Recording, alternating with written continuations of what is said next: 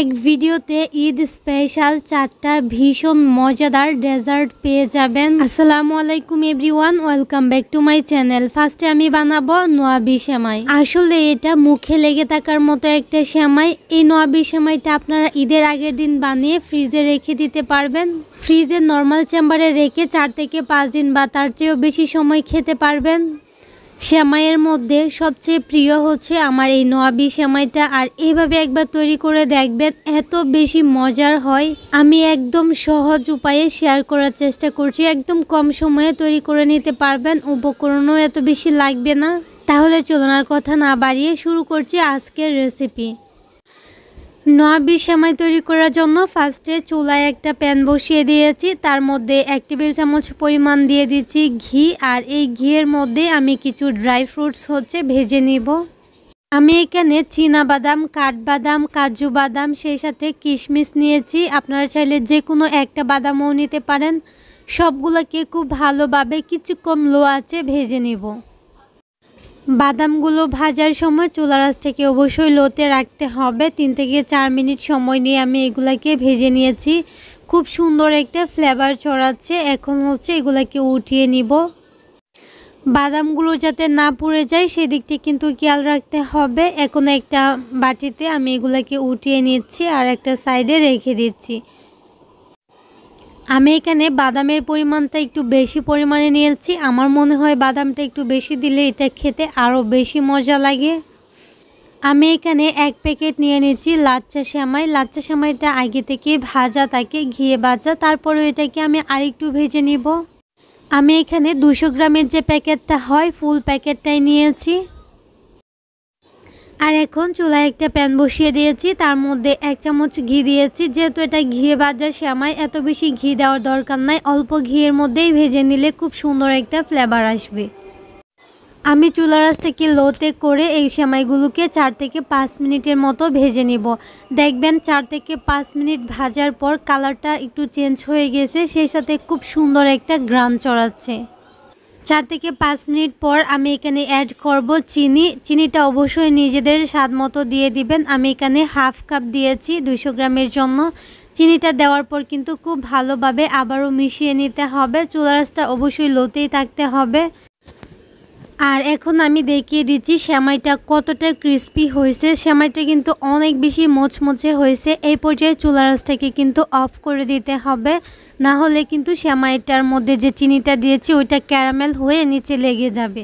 চুলার আঁচটাকে অফ করে আমি এখানে দিয়ে দিব গুঁড়া দুধ, আর চুলার আঁচটাকে অফ করেই কিন্তু গরম সেমাইয়ের মধ্যেই এই গুঁড়া দুধটা দিতে হবে।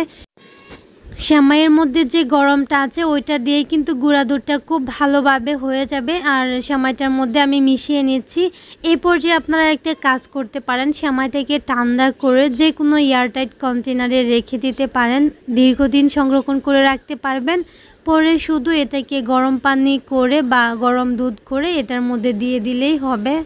গরম দুধটা দিয়ে নেড়ে ছেড়ে আপনারা এটা সার্ভ করতে পারেন। অনেক দিন পর্যন্ত সংরক্ষণ করতে পারবেন নর্মাল ফ্রিজে। তবে আজকে আমি নোয়াবি সেমাই বানাবো। কিছুটা সেমাই আমি রেখে দিয়েছি আর বাকিটা উঠিয়ে নিয়েছি। এটার মধ্যে একটু ফুড কালার দিয়েছি, সুন্দর একটা কালার আসবে। এটা টোটালি অপশনাল। এটার জন্য কিন্তু কোনো টেস্টের কোনো হেরফের হয় না বা টেস্ট বেশি আসবে এরকম না। তো হয়ে গেছে, আমি একটা সাইডে রেখে দিচ্ছি। চুলায় প্যানটা বসিয়ে দিয়েছি, তার মধ্যে আমি দুধ দিয়ে দিচ্ছি, লিকুইড দুধ। আমি এখানে 3 কাপ লিকুইড দুধ দিয়েছি। আপনারা চাইলে দুধের পরিমাণ বাড়িয়ে নিতে পারেন, জাল করে ঘন করে নিতে পারেন।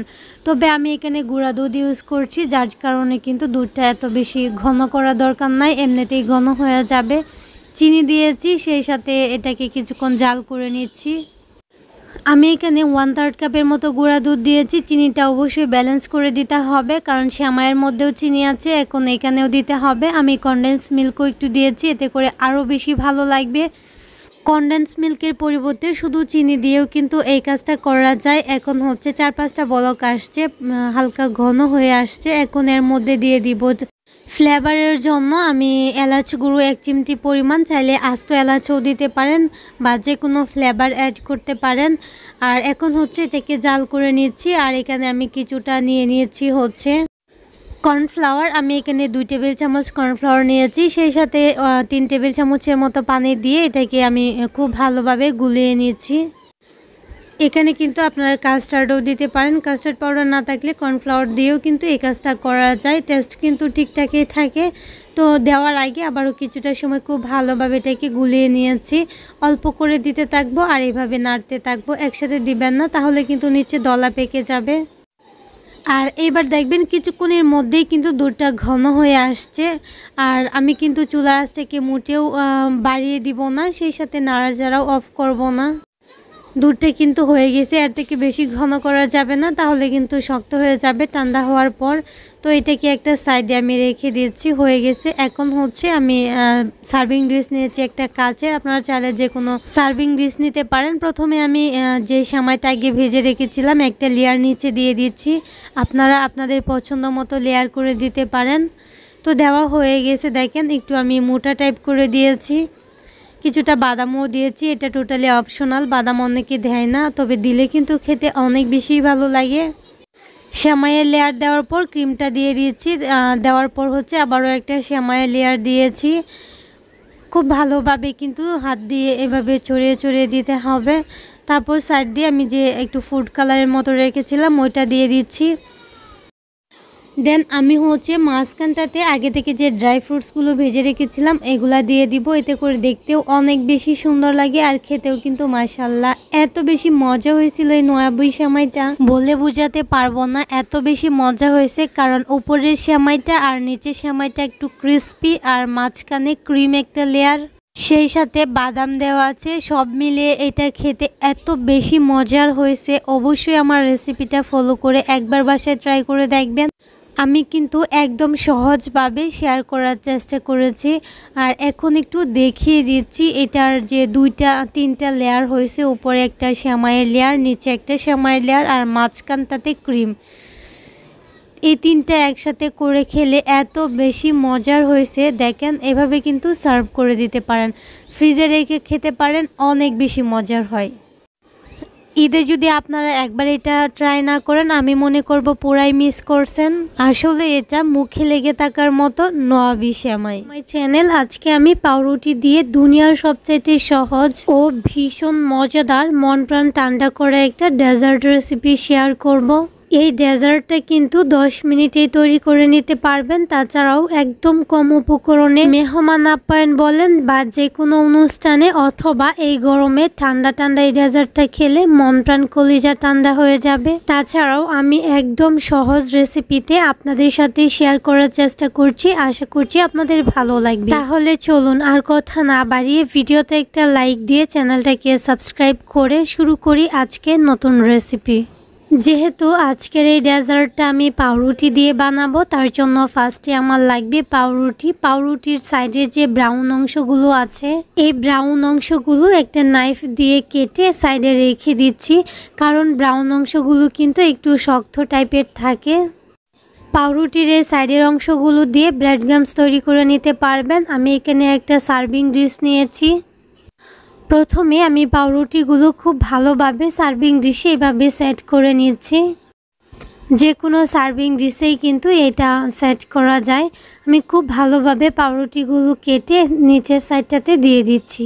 এখন এইটাকে একটা সাইডে রেখে দিচ্ছি আর একটা বাটি নিয়েছি, তার মধ্যে আমি হাফ কাপের মতো দিয়ে দিচ্ছি পানি। এই পানির মধ্যে আমি দিয়ে দিচ্ছি কাস্টার্ড পাউডার। এখানে আমি 2 থেকে 3 টেবিল চামচের মতো দিয়েছি। আমি কাস্টার্ড পাউডার দিয়ে আজকের এই ডেজার্টটা তৈরি করব। চাইলে কিন্তু কাস্টার্ড পাউডারের পরিবর্তে এখানে চাইলে কর্নফ্লাওয়ারও দিতে পারেন, তবে কাস্টার্ড পাউডারটা দিলে আমার কাছে বেশি টেস্টি মনে হয়। খুব ভালোভাবে এটাকে মিশিয়ে নিচ্ছি আর এখন হচ্ছে এটাকে একটা সাইডে আমি রেখে দিচ্ছি। আমি এটাকে নর্মাল পানি দিয়ে গুলিয়ে নিয়েছি, চাইলে কিন্তু দুধ দিয়েও গুলাতে পারেন, তবে গরম পানি অথবা গরম দুধ দিয়ে মিশাবেন না।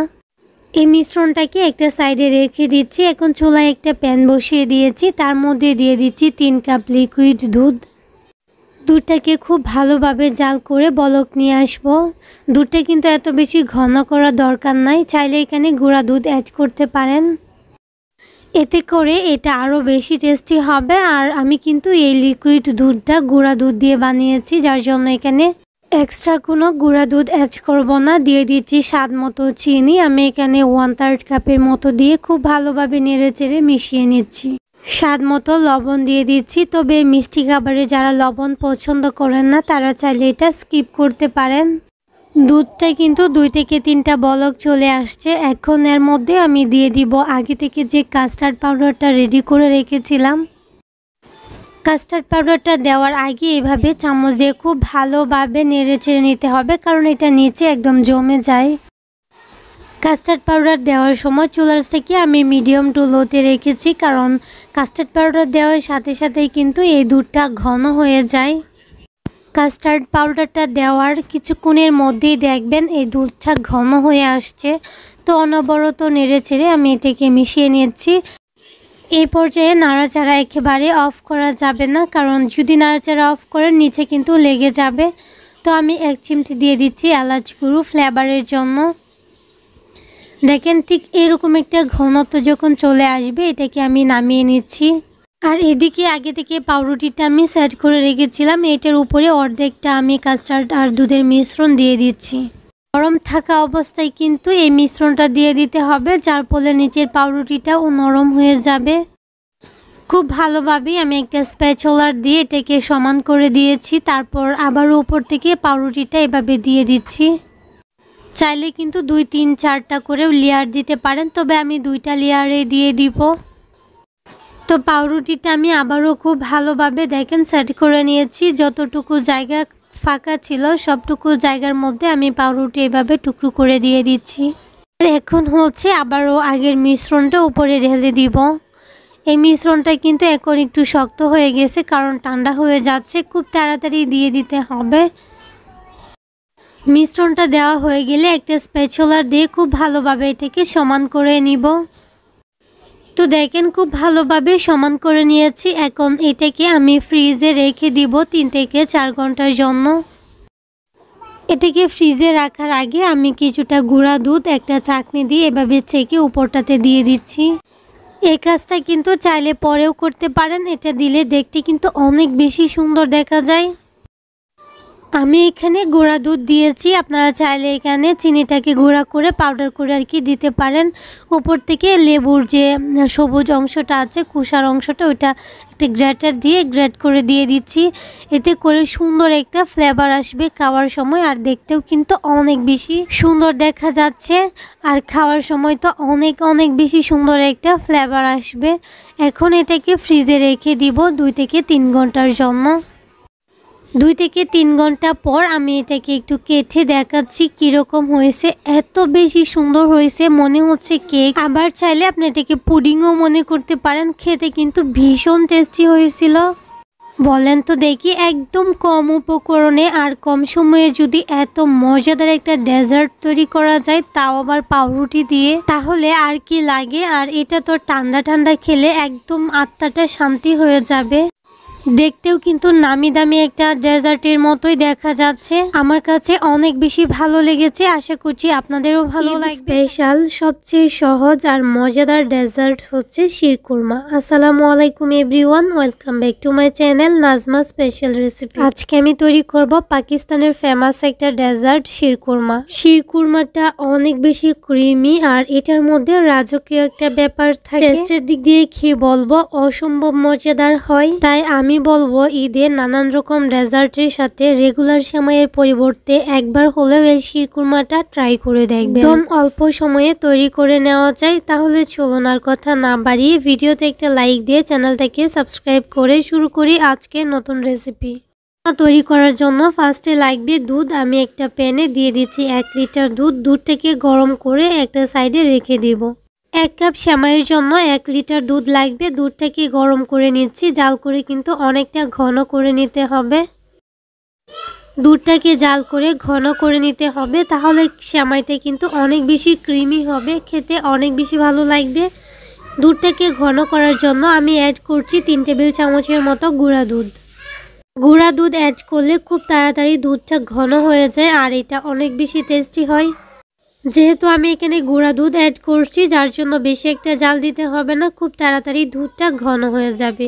এখন এই দুধটাকে নামিয়ে একটা সাইডে রেখে দিচ্ছি। এদিকে চুলায় আরেকটা প্যান বসিয়ে দিয়েছি, তার মধ্যে দিয়ে দিচ্ছি 1 চামচ ঘি। অবশ্যই এখানে ঘি দিতে হবে, আর ঘিয়ের পরিবর্তে যদি তেল দেন, তেল দিলে কিন্তু টেস্টটা এত বেশি ভালো আসবে না। তো এখানে আমি 2 টেবিল চামচের মতো দিয়ে দিয়েছি কিশমিশ, কাঠবাদাম আর কাজু বাদাম একসাথে কুচি করে দিয়ে দিয়েছি। এটাকে কিছুক্ষণ আমি ভেজে নিচ্ছি। তারপর এখানে কুরমা নিয়েছি, যেহেতু এটা শির কুরমা তৈরি করছি, খেজুর তো অবশ্যই দিতে হবে। খেজুরের পরিমাণটা আমি একটু বেশি করে দিয়েছি। এখানে আমি 3 টেবিল চামচের মতো খেজুর দিয়েছি। খেজুরটাকে আমি এরকম ছোটো টুকরো করে কেটে নিয়েছি। 1 থেকে 2 মিনিটের মতো আমি এই ড্রাই ফ্রুটসগুলো ভেজে নিয়েছি। সুন্দর একটা ফ্লেভার ছড়াচ্ছে, তখন এগুলোকে উঠিয়ে নিচ্ছি। আর এখন হচ্ছে এই প্যানের মধ্যে নিয়ে নিচ্ছি সেমাই। এই সেমাইটা যেহেতু আগে থেকেই ভাজা থাকে, বেশি ভাজার দরকার নেই, তারপরেও আমি একটু ভেজে নিয়েছি, সুন্দর একটা ফ্লেভার ছড়াবে। চাইলে এখানে আরও ঘি অ্যাড করতে পারেন, তবে আমি আর ঘি দিব না এখানে। কিছুক্ষণ ভাজার পর সুন্দর একটা ফ্লেভার ছড়াচ্ছে, আর তখনই আগে থেকে যে আমি দুধটা গরম করে রেখেছিলাম, এই গরম দুধটা এই সেমাইয়ের মধ্যে দিয়ে দিচ্ছি।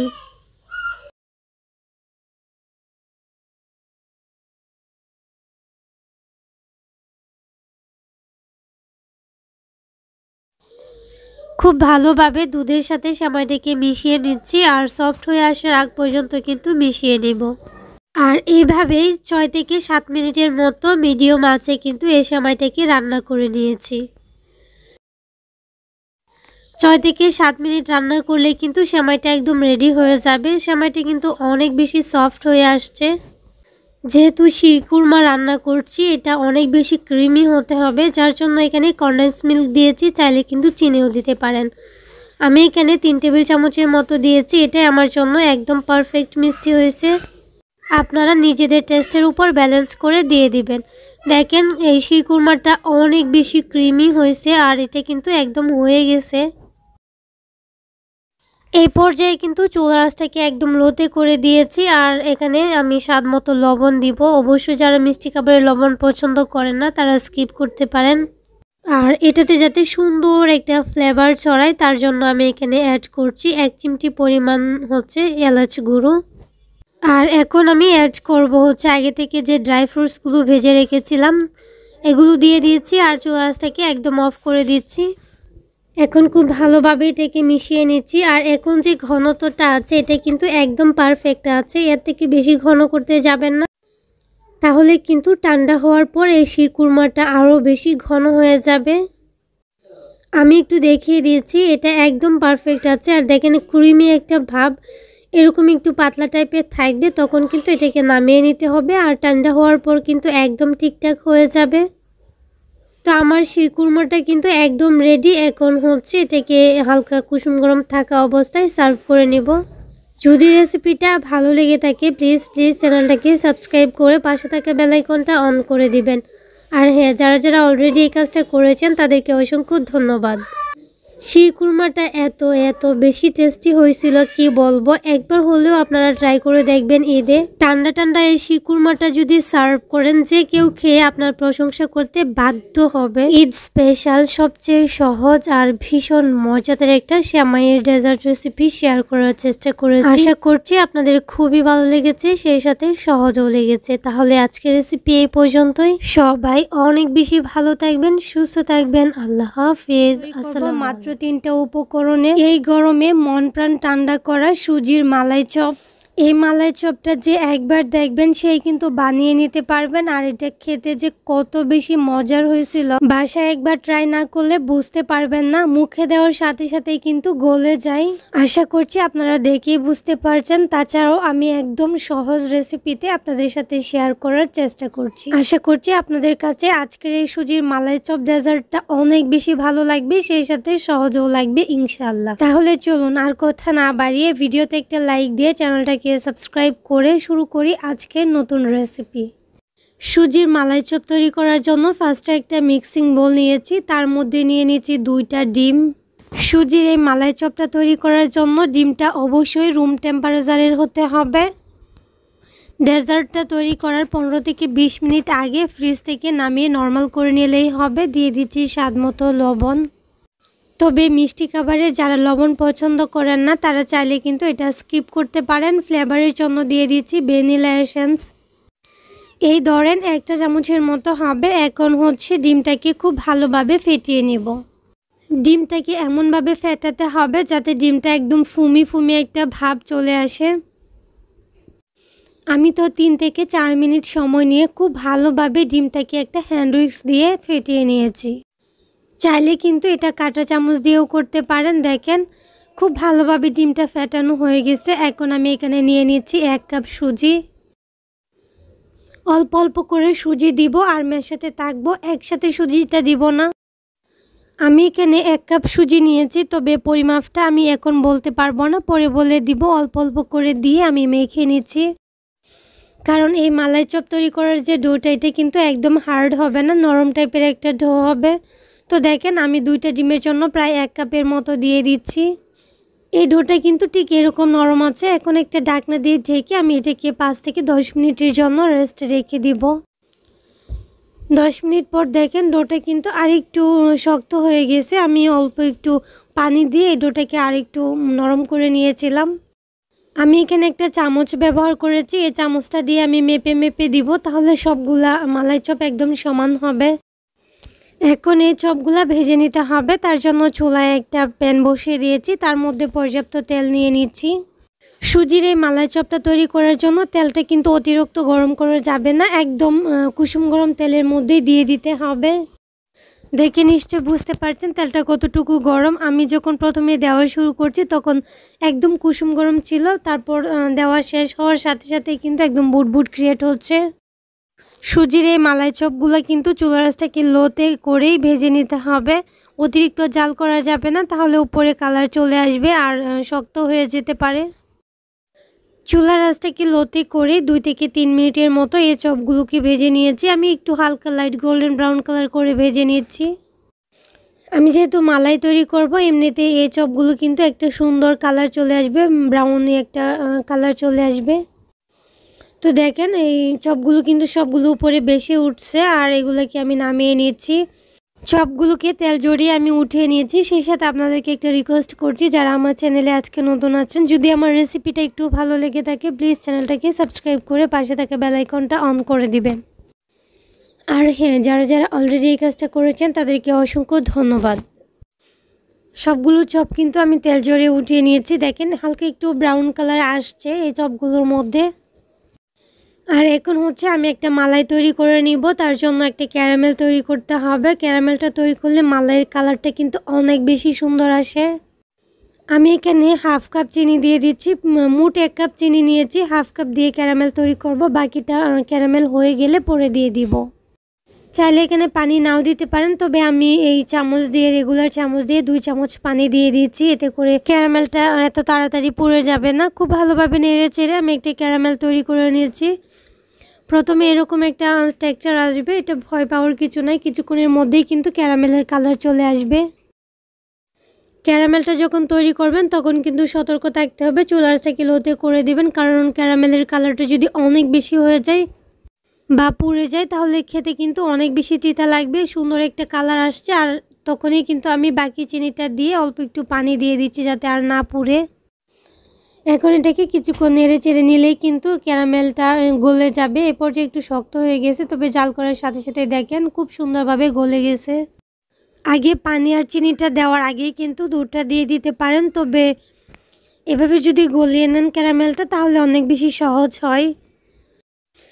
তো দেখেন ক্যারামেলটার কালারটা অনেক বেশি সুন্দর হয়েছে। এখন আমি এখানে দিয়ে দিচ্ছি 3 কাপ লিকুইড দুধ।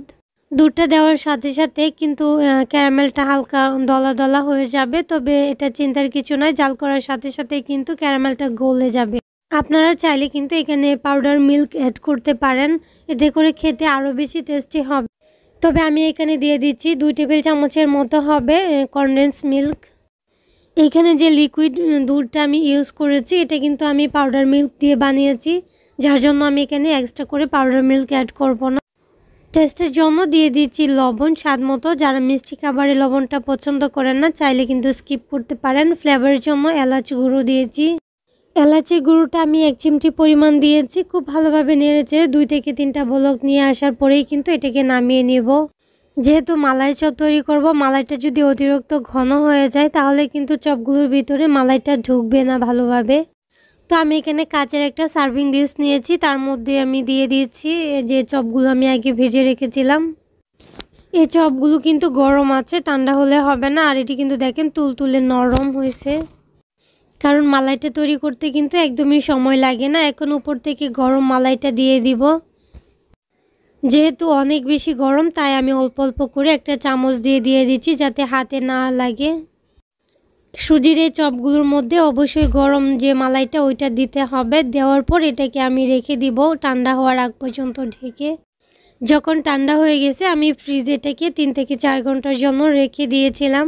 3 থেকে 4 ঘন্টা পর এই চপগুলো কিন্তু মালাই খেয়ে একদম ভরপুর হয়ে যাবে আর অনেক বেশি বড় হয়ে যাবে। তো দেখেন মাশাআল্লাহ চপগুলো কিন্তু অনেক বেশি বড় হয়েছে আর নরম তুলতুলে সফট হয়ে গেছে। দেখতে সুন্দর দেখা যাওয়ার জন্য কিন্তু উপর থেকে কিছুটা পেস্তা বাদামের কুচি দিয়ে দিচ্ছি। আমি একটা চপ আপনাদেরকে ভেঙে দেখাচ্ছি কতটা যে সফট হয়েছে এই চপগুলো।